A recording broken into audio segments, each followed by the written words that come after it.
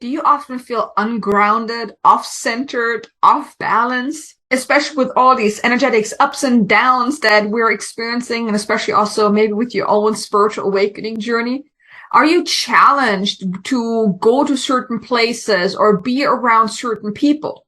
If so, then this video is for you because I want to share with you 8 powerful grounding practices that are really a vital and necessary thing for any empath, intuitive, and highly sensitive soul to implement into their daily life to stay grounded, to stay centered, and also in alignment with who they are. Because we empath, highly sensitives, and intuitives, we pick up so much. If there's a Mercury retrograde or any planets in retrograde, or if there's a new moon, full moon, and all these energies around us, if all this stuff is happening, especially if we're around people that are negative and that they're having negative energy around them, we pick all that stuff up. And also, if you are working with other people, whether it's through your job or you have a spiritual business, you are very open to picking up stuff that is not yours, that can cause you to feel ungrounded, unbalanced, or just off-center, like you feel like you're not even yourself anymore. And that's why these grounding practices are such a vital piece that I want to share with you so you can feel more grounded in who you are, feel like more of yourself again. So let me share with you those 8 grounding practices. The first one is meditation. Now, meditation is a powerful process or a powerful tool to help us get really back into our center, or we'll connect deeply. It's also very relaxing, very de-stressing, because meditation is meant to be where you calm down your mind, where you're becoming mindful, you're coming back into your body. Because when life happens all around us, we're often like all over the place, right? We're like everywhere and nowhere. Have you ever noticed that your mind is like everywhere and nowhere and it's like all over the place? Well, your energy is like that as well. And meditation brings it all back home. It brings it all back to center. And of course, also when you meditate, you also open yourself up for insights, guidance, and even just releasing stuff. And it's just a powerful tool to just refresh yourself as well. I love to meditate in the morning, starting off my day, because then I start the day on a completely different note. Like when you just get up and get started right away, you are not really centered. You're not really grounded. And when you start your day off with, let's say, meditation or any of those other grounding practices that I'm about to share with you, it can help you set the day up in a much higher tone. So you're not just, falling out of bed and just running and starting your day, but you're actually aligning yourself first before you start your day. And this is such a powerful thing. But meditation is so great, especially when you have just a bad day. Meditate a little bit more and come back home, come back to center. Such a powerful tool. It also helps you get back into the here and now.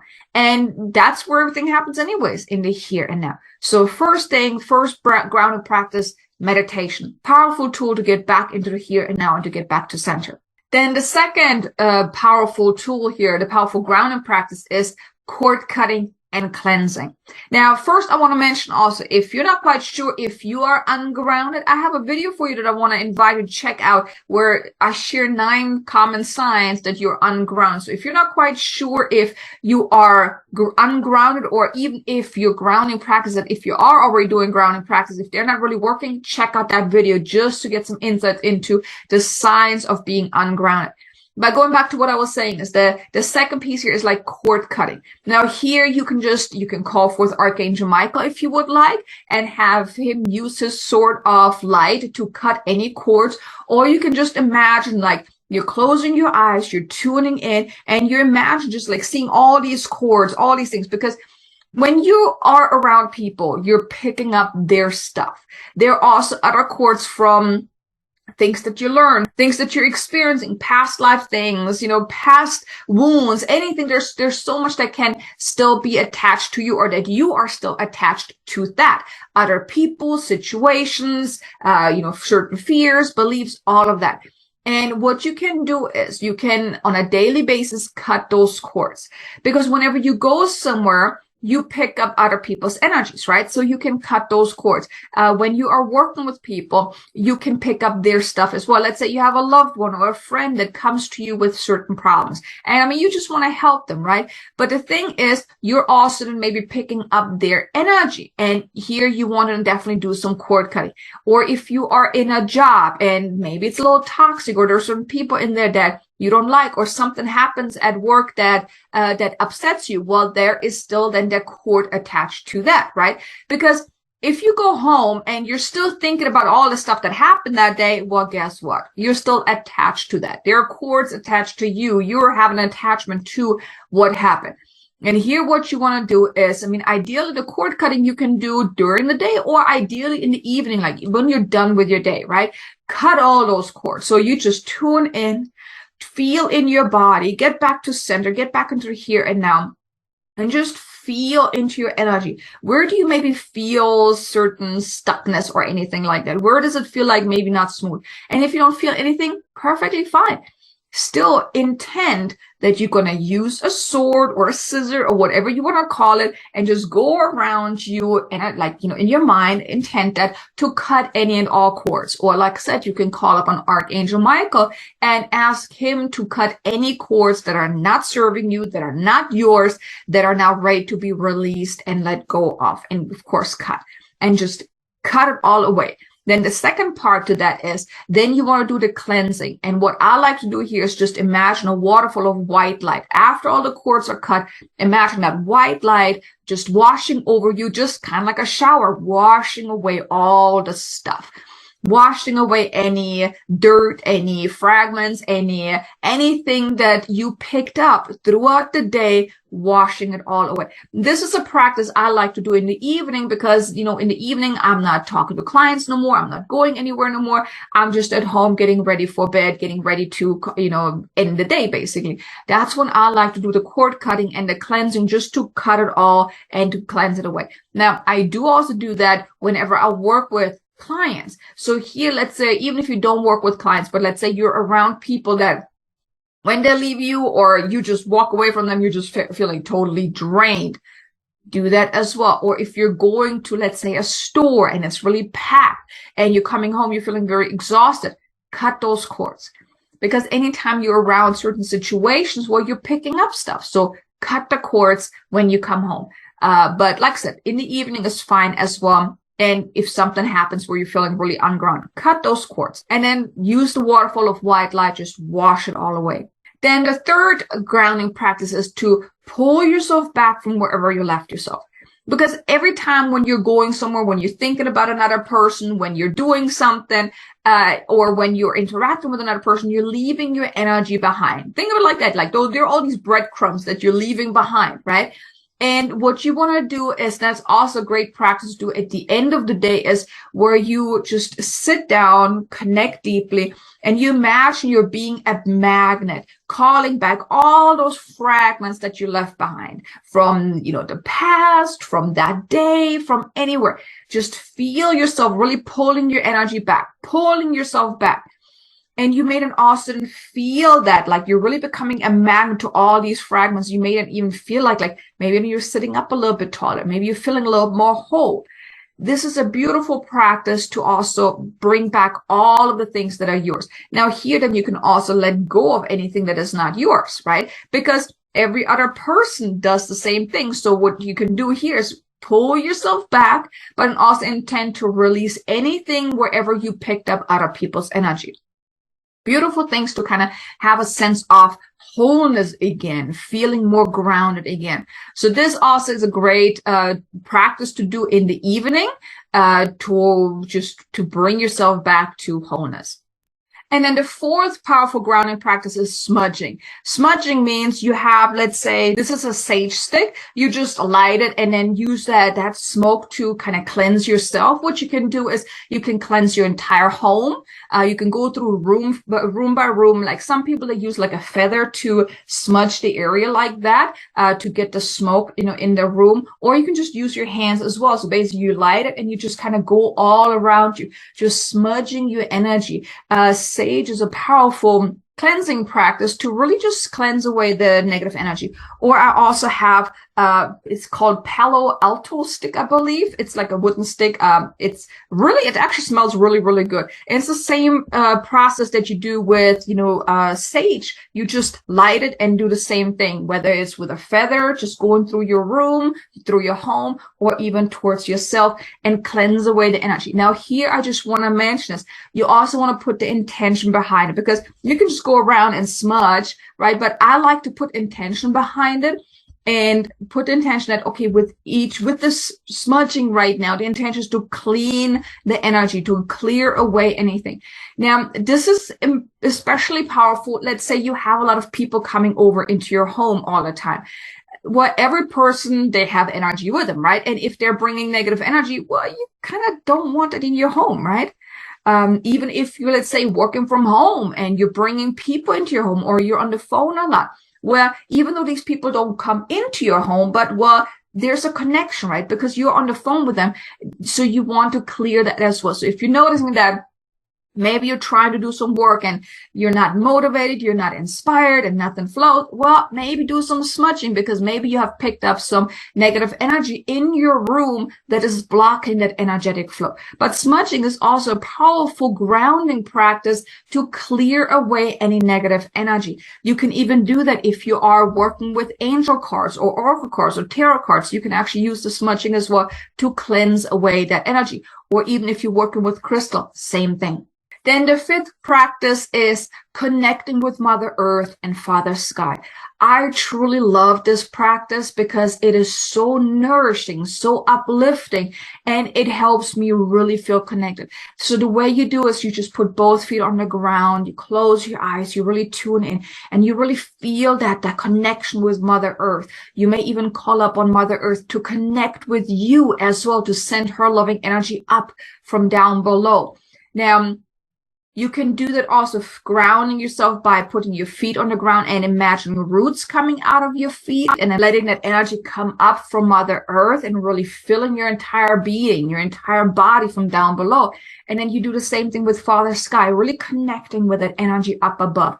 Imagine his light, his energy coming down from up above, really enveloping you with this loving white light. You're really standing in the middle, in the center, being connected up above and down below, you're the bridge, bringing heaven to earth, basically. And just stay there for a moment and let that energy really infuse you from up above and down below. This is such a beautiful practice. Sometimes I really feel that love coming from Mother Earth and Father Sky, and it truly warms my heart. But this too is a powerful grounding practice to cleanse, to clear, to get back to center, and of course to ground yourself into the here and now as well. And then the sixth practice is be out in nature.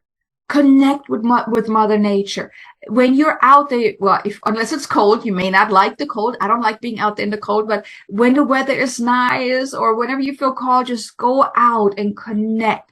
One thing I like to do is I just like to sit and I just feel the energy. I put my feet on the ground, connecting with Mother Earth, and I just feel the energy around me. I listen to the birds.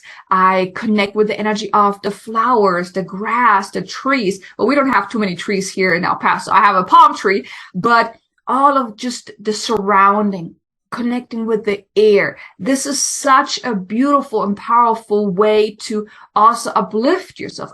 For example, I love being outside. I have my own little oasis in my yard, and it's such a powerful way for me to go out there and connect with Mother Nature. Anytime I have a bad day, I feel like I need to go out there. Even working with the ground is very grounding. Let's say you love working in your yard, and when you're touching the earth, really being connected with Mother Nature, with Mother Earth, is such a powerful grounding tool as well, and also can be very nourishing for you, for your senses. It can be uplifting as well. And like I said, us empaths, highly sensitive souls, and intuitives, we need that. And you may even feel called to be out in nature more. Of course, if you're living in a city and you can't really go out there much, what you can do is then maybe in meditation, just really imagine being in a beautiful park, or if you can go to a park, same thing. but just do something where you can really connect with Mother Nature, or put more plants in your home as well. That is also a great replacement if you don't have a yard or if you can't really be in a park or whatnot. Put more plants in your home and connect with them. You can actually feel the energy when you place your hands around. Let's say you have a plant, feel the energy, connect with that plant. This is such a beautiful way to ground yourself, to connect to the energy as well, and also, of course, to uplift yourself. Then the seventh grounding practice is water in itself. One thing you can do is, well, when you wash your hands, you can wash away not just dirt, but also wash away any negative energy. Water is very, very grounding. It's purifying. Now, here I also want to mention, be intentional about it. In the evening or in the morning, whenever you take a shower, you can also intend that you're not just washing away the dirt of the day, but you're also cleansing yourself. I take a shower every evening with the intention and also to cleanse away. I work a lot with clients, so I often take on the energy as well. So in the evening when I take a shower, I wash away any of the negative energy. So here, water, like I said, it's purifying. Whenever you're coming home from somewhere or whenever you went somewhere and you're just feeling like not yourself, you feel kind of maybe dirty, but you're not actually dirty, then use water with the intention you're cleansing away any of that negative energy. Powerful way to just wash away anything that doesn't belong to you. And then the eighth and final grounding practice that I want to share with you is work with crystals. 3 of my favorite crystals is selenite. This one is really powerful in keeping negative energy away and just cleansing the energy. I actually have it right here by my desk. As I work a lot with my clients here on my desk, I have this crystal here just to protect me. I often, whenever I do work with a client and the energy is very heavy, or especially if I have a new client, the first session, I use this just to protect me from any heavy energy. So this is really powerful. Then also, I love this amethyst. And this is also for cleansing away any negative energy. Sometimes I just place it on my heart center when I meditate, or I just hold it and I connect with it. And I just intend that any negative energy is being pulled out of me. And then also refreshed as well. So this is really a powerful crystal that I picked up actually in Germany. I really love that. And then also like the black tourmaline. Black tourmaline, you can wear bracelets, necklaces. I used to wear a lot of those bead bracelets, but for me, since I work a lot on the desk, it's very uncomfortable having that. But you can wear crystals as necklace, as bracelets. You can actually, oftentimes, I just put them in my pockets just for that extra protection. But working with crystals, and here I forgot to just share with you, if you don't currently have crystals, or if you do have crystals, what you can do is, like if you do have crystals on a daily basis, kind of just tune in and see which crystal do you feel drawn to, which crystal do you need that day that is to your highest and greatest good. And then just put that crystal with you, on you, take it with you, or put it in your pockets or something like that, or maybe just use that during meditation. Now, if you don't have crystals and you feel called to maybe pick some up, go to a crystal store. Before you go in, set the intention to be guided to find the crystals that are to your highest and greatest good. And then just look around. And then the crystal or multiple crystals that you are meant to pick up, they will then come to your awareness that you maybe you're looking around and you see this one crystal that just catches your eye. That means that this crystal is meant for you, that this crystal is meant to go home with you that day. So working with crystals is also a powerful way to protect yourself from any negative energy, to ground yourself. Like I said, I like to just sit there, like I said, with this one especially. I often use this with clients as well. Whenever I do healing, I use this to draw the energy for the healing, and then also then to cleanse the energy as well. So truly powerful tool to assist you in your grounding practice. But I do really want to mention this. If you don't have a grounding practice as of yet, implement one. Whatever I shared with you, any of the 8 grounding practices that I shared with you, pick 1 or 2, or maybe multiple ones, or maybe even all of them, whatever you feel called to do. Or if you are already having practices in place, check in with yourself. And like I said, check out that video about the science of being ungrounded to see, are your grounding practices actually effective? Are they good enough for you to really feel grounded. Because if you're still feeling ungrounded at times, then maybe you're not doing your grounding practice enough or not often enough, right? Or maybe they require some tweaking as well. So I really hope you enjoyed this video. If you did, do me a favor, hit the like button. Maybe let me know, what are your grounding practices? What helps you to really stay grounded, centered, and in alignment? I would love to know. Maybe even share this video with someone that you think could benefit from it.